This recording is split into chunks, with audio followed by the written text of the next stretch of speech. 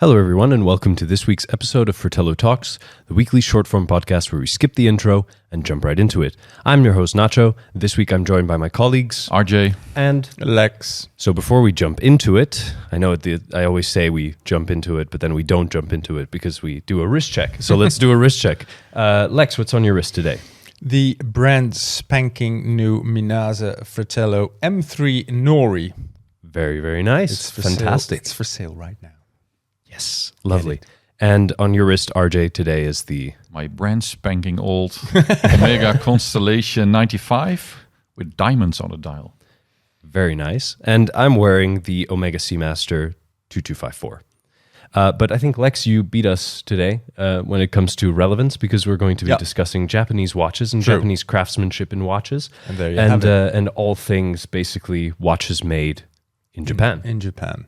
For sure. Yeah. So how should we kick things off? Should we discuss what this Minase kind of reflects, which is that sort of razor Zaratsu. sharp? Yeah, exactly. Razor sharp. Yeah, that's definitely one of the things we should mention is the Zaratsu polishing, or in this case they call it Salas, and it's a derivative of a machine. I think it's a German machine. From the Salas Gebrüder. Yeah, if exactly. I say it correctly. So. And it's a very high polish, very, very shiny look it gives to watches. And of course, you know it from Grand Seiko and Minase also. I think the Zaratsu is the interpretation or the pronunciation in Japanese of the it is. Salas brothers. Okay. It is. Okay. Machinery. Does it, correct me if I'm wrong, because I this is a bit of a sort of a blind spot for me, but does it have to do with the fact that it's like a non-distorted reflective finish? Yes, it's mirror blade polishing basically. Okay. Yeah. Okay. Yeah. Yeah. Okay. Yeah, but you can only do it if it has to be done really, really well. But also the base material needs to be really like tight, like a very good quality steel. Otherwise, it also doesn't work. Have you been to Japan, Lex? To Grand Seiko? Yeah, I've been to Grand Seiko on that tour. Media tour. Yeah, the media tour. Yeah, so every year, Grand Seiko, and in the past Seiko, they did this media tours. And I've been to one in 2015. Yeah, I think it was a year later. Yeah, and then in 2017, I went again with 10 of our readers. We did a little, not an event, but we did a organized trip, basically, to Japan, Grand Seiko, with 10 of our readers. That was very nice. Yeah. And I've been in 2019. It was not for Grand Seiko, but I was in Japan and visited some Grand Seiko boutiques, including the one on the corner. Yeah. Across Mitsukoshi. There is this large boutique owned by Seiko Watch Corporation. Yeah, that's beautiful. Right? Wako. Yeah. Wako. It's a department store, luxury department store, and they have the ground floor is packed with watches. And not only Seiko, Grand Seiko, and Credor, also belongs to Grand Seiko, Seiko, but also I think they have Patek, Rolex, Cartier, Omega, and so on. Yeah. What was the thing that most struck you during your visit to the Grand Seiko? I visited two Grand Seiko manufacture factories. I think today it's a little bit different, but we will go in October. Our colleague Gerard will see the new manufacture. I've been to the Epson one, I think, and a Seiko one, where they also make Grand Seiko. What struck me the most was the craftsmanship and the fact that they showed everything.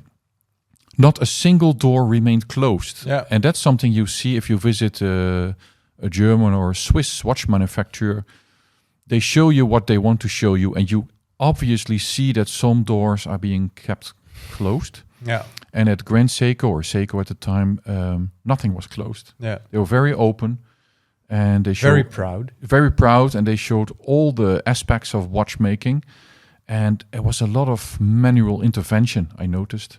Yeah. It's not like if you go to Omega or you've been to Rolex, it's highly automated or industrialized. Yeah, very. And although Seiko and Grand Seiko are huge, it's still a lot of like traditional watchmaking involved. I was really struck by the smallness of Grand Seiko, the human scale of things. Yeah.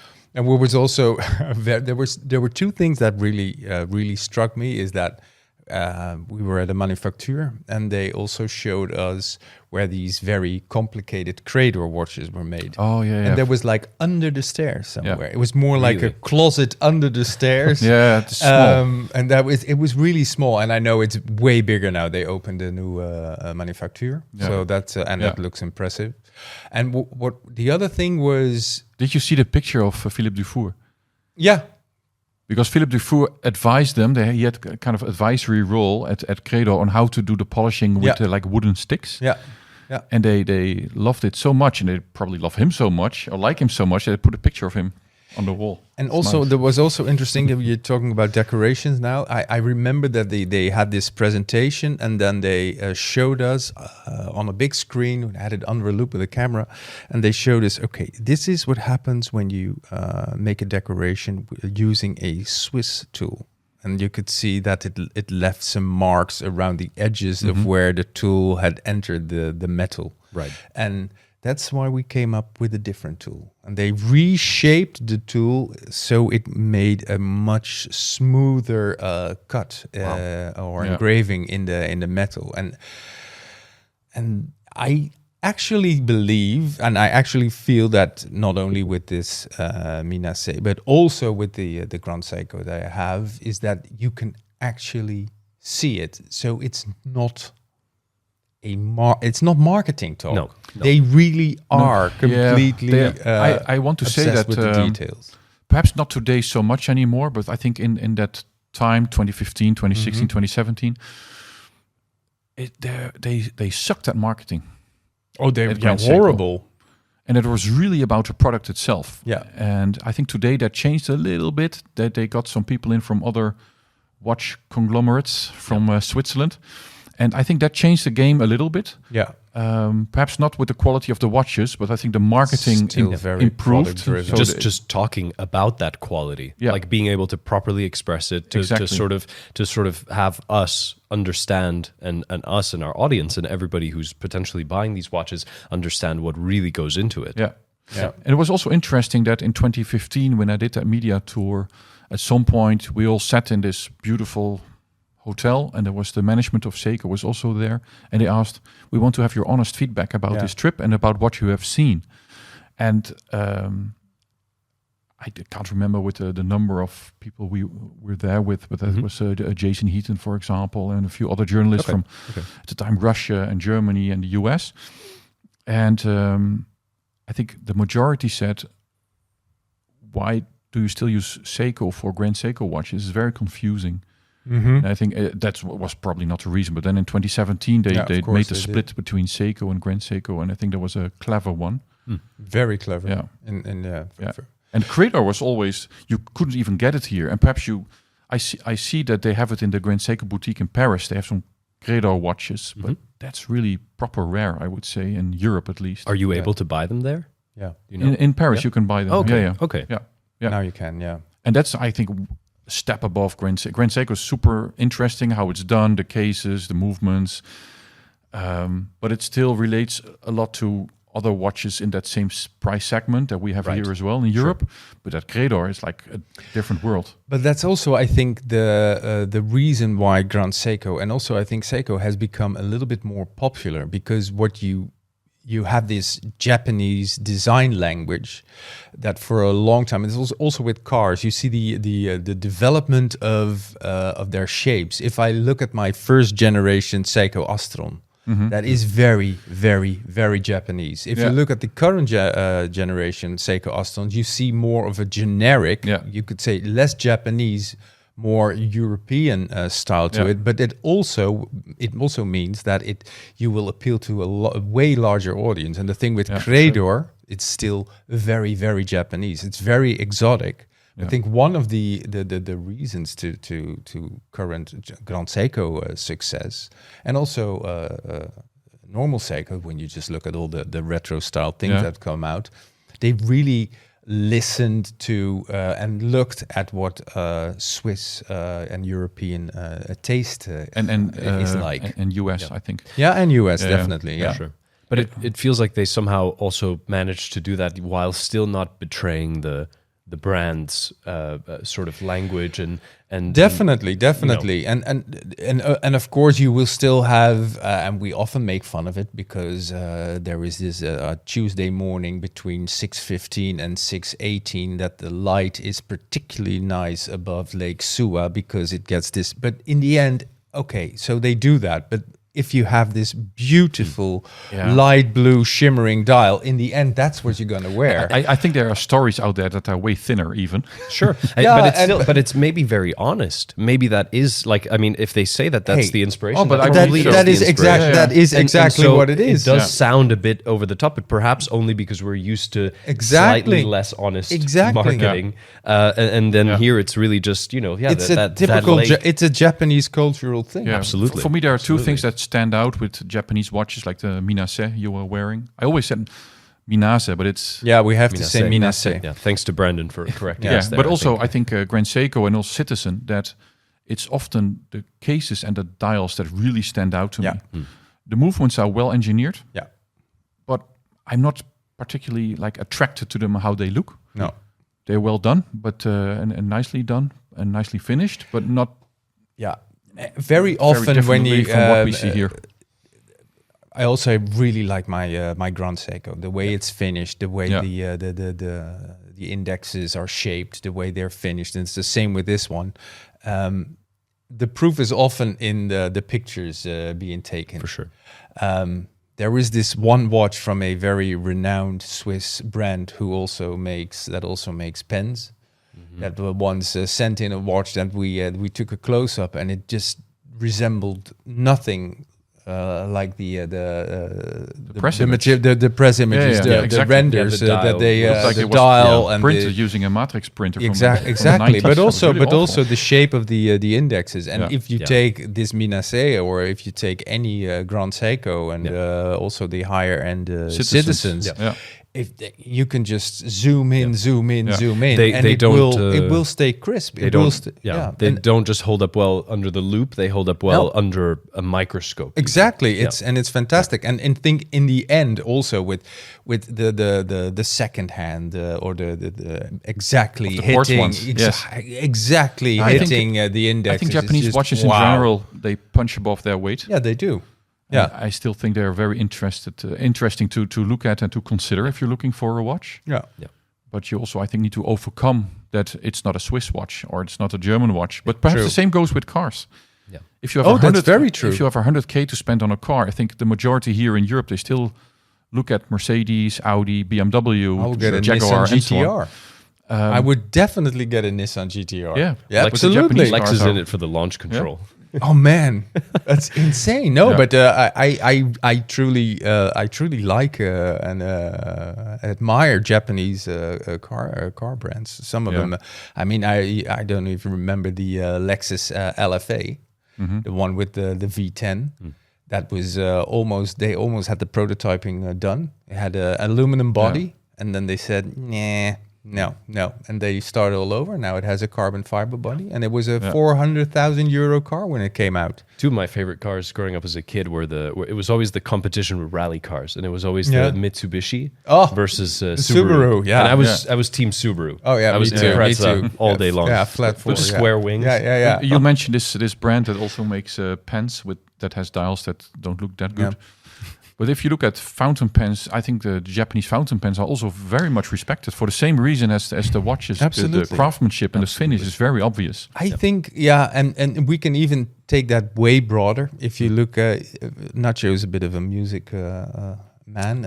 You know Cassiopeia, the Japanese? Yeah. Yes. I mean, with that's a Japanese fusion, jazz fusion band. They're not my favorite big band, because there's not a lot of soul maybe in there. But the accuracy, that's the thing.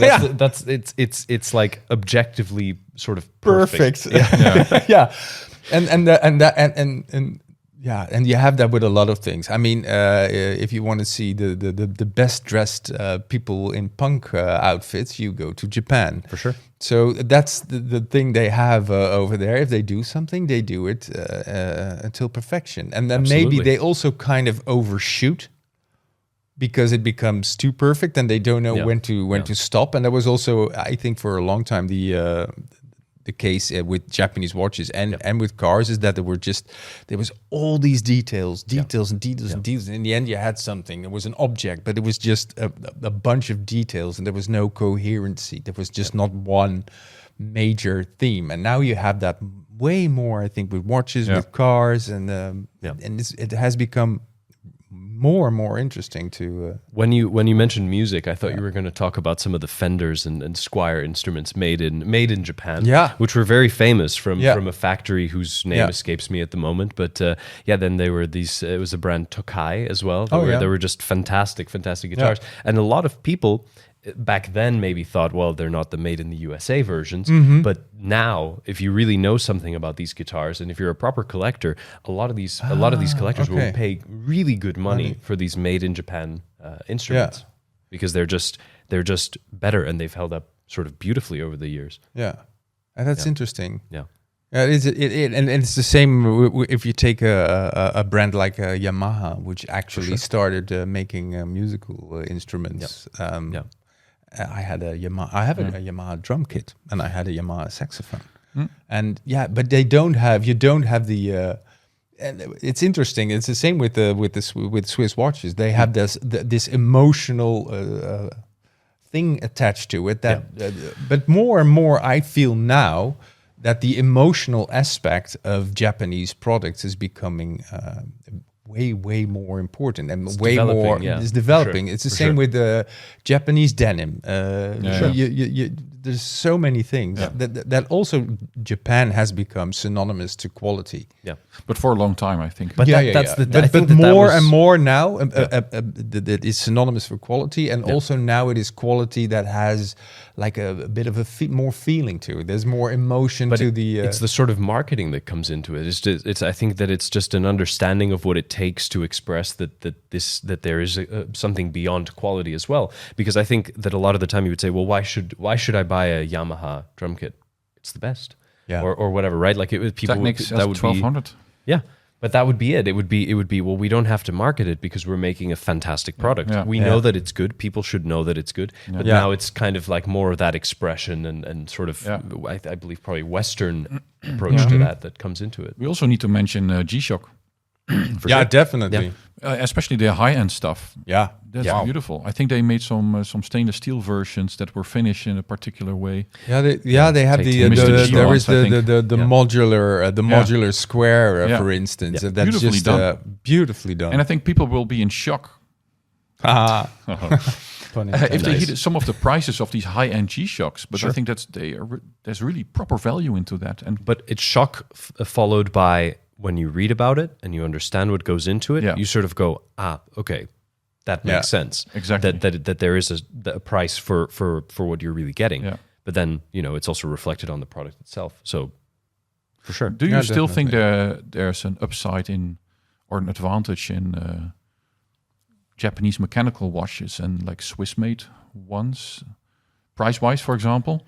Is it more interesting to look at Japanese mechanical watches than Swiss mechanical watches to see if you more value for money? I can only speak for Grand Seiko in this case. I do like the high beat movements, and of course they have the spring drive is something that is just unique. Almost unique. Almost unique. Piaget tried to use it. Well.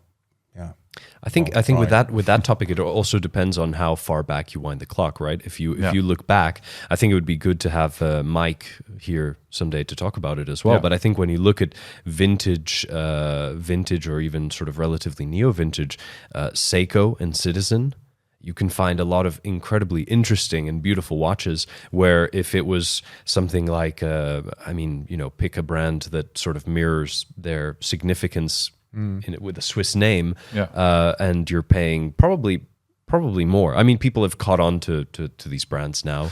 But Seiko was important for the chronograph. They have That's true. There's a valid point because I think you can find vintage Grand Seiko watches for less than like a vintage Constellation Pipe panel or a Longines flagship or whatever. 100%. Or a secret, a good tip is King Seiko. Yeah. Have a look Seiko, at King for sure. Seikos. Yeah, they've gone up a little bit in They price, have but gone you can a little still bit, find them for but like still, around 1,000. Yeah, watch. definitely.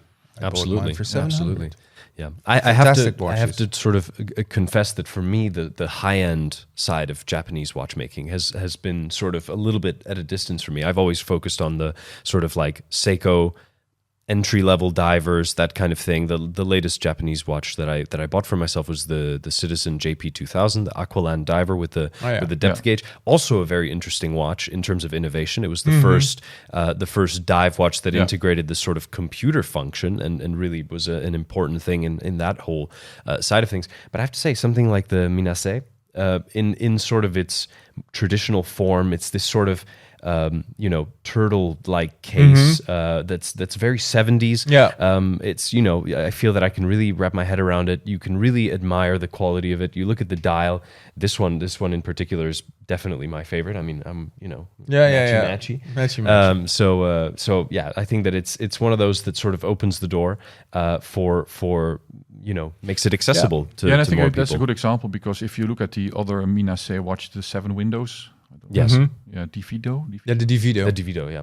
That's like you It's very Japanese. said earlier on. It's very Japanese. It's very lots of like details. Asian focused. Yeah, Very shiny or metallic-y. Yeah. And this is much more, I think, more liked here. While This that's is easier to understand for our European brain. And it's Exactly. very versatile because it's a sports watch. It's steel, but it's also with its dimensions and with the polishing and the sort of elegance to it on a strap like this. You could definitely dress it up as well. So Definitely. Yeah. I and dig also it. here, like I with really Grand dig it. Seiko, I think the dial is the major attraction for this watch. I have to say that there's always a Japanese watch on my wish list. I'm still after the mistake. I think it's Watches and Wonders 2022 when that came out, that GMT, the Grand Seiko. Yeah. That's just one watch I just can't get out of my mind. Yeah. There's also the one with the pink dial. I know Jorg also likes that one. Oh, yeah. There is just something sure, to them. Yeah. That's nice. It's just Absolutely. nice. They have a unique quality. Absolutely. Yeah. For sure. I'm Grand Seiko less at the moment. I sold mine. I had a Oh. SBGJ 201, the GMT Mount Iwate. Yeah. I sold it because I felt it was a little bit too thick on the wrist in the end, and it stopped me from wearing it.